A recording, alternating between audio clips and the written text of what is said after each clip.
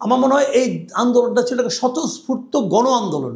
গণ আন্দোলন কিন্তু মানে সারা দেশের মানুষ।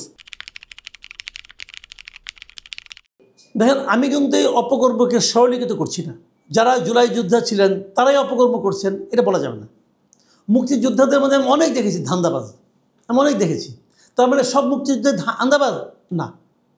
আবার মুক্তিযোদ্ধাদের মধ্যে অনেক ভুয়া মুক্তিযুদ্ধও দেখছি। এবং তার মানে কি সব মুক্তিযুদ্ধে ভুয়া? তাও না। এটা হলো যে যখন কোনো একটা সুবিধা থাকে, ওই সুবিধা পাওয়ার জন্য নানাজন নানা রকম পোশাক পরে আসে। এখন তারপরে আবার যারা নাকি সে ভালো কাজটা করে, যে একদা ভালো কাজ করে, সেও কিন্তু একসময় মন্দ হয়ে যেতে পারে। ওই যে একটা প্রবাদ আছে, একটু মানে এই প্রবাদ আমি বলি আপনাকে, সব পতিতাই কিন্তু একসময় সতী ছিল। ছিল না? ছিল তো। এখন তাই বলে সে এখনও তাকে বলবেন না, ওইভাবে বলতে পারবেন না। এটাও একই রকম। সবাই একসময় দেশের জন্য চিন্তা করছে, ভাবছে, পরবর্তী সময় নিজেকে ওই জায়গায় স্থির রাখতে পারে না। তো এখানে এই একটা ঘটনা যে সবগুলিকে সরলীকৃত করা যাবে না, কিন্তু এখান থেকে শিক্ষা নেওয়ার বিষয় আছে। যারা টুকটাক এগুলি করছেন তারা সতর্ক হবেন, অথবা যারা করে ফেলেছেন অলরেডি তারা দলকে যদি ভালোবাসেন দল থেকে সরে যাবেন।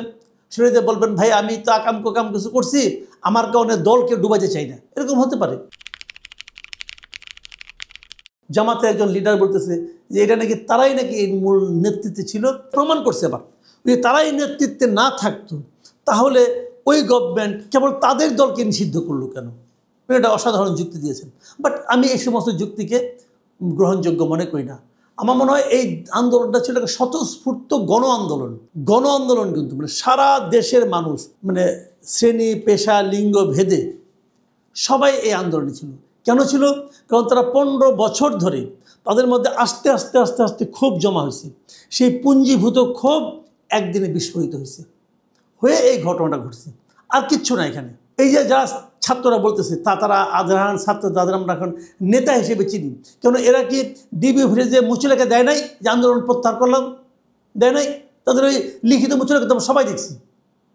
তারা তো আন্দোলন প্রত্যাহার করছিল, কিন্তু তখন বেসরকারি বিশ্ববিদ্যালয়ের আন্দোলন প্রত্যাহার করা নেই। তারা উঠে আসছে, সেই আন্দোলন চিন্তাই হয়ে এখন তারা নিয়ে নিছে। ঢাকা ইউনিভার্সিটির সবাই যত দেখবেন নেতা সব ঢাকা ইউনিভার্সিটির। দেখেন, আমি নিজে ঢাকা ইউনিভার্সিটির, আমি ঢাকা ইউনিভার্সিটি পড়াশোনা করছি, কিন্তু ওদের প্রতি তো আমার একটা আপনার পক্ষপাতিত্ব কাজ করেই।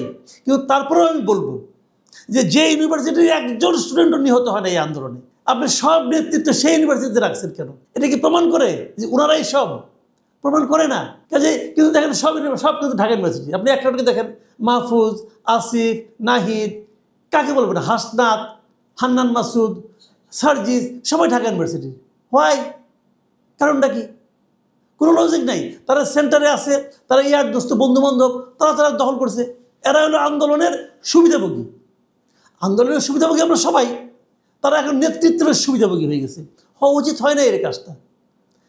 এই জন্যে এটাই বললাম তো, যে প্রথমে আপনি বললেন না এটা কি বৈষম্য মুক্ত কিনা। না, এটার মধ্যে বৈষম্য আছে। এই বৈষম্য তো চোখের সামনে দেখেন। প্রাইভেট ইউনিভার্সিটি কেউ তো কোনো পাত্তা নাই। কেন নাই?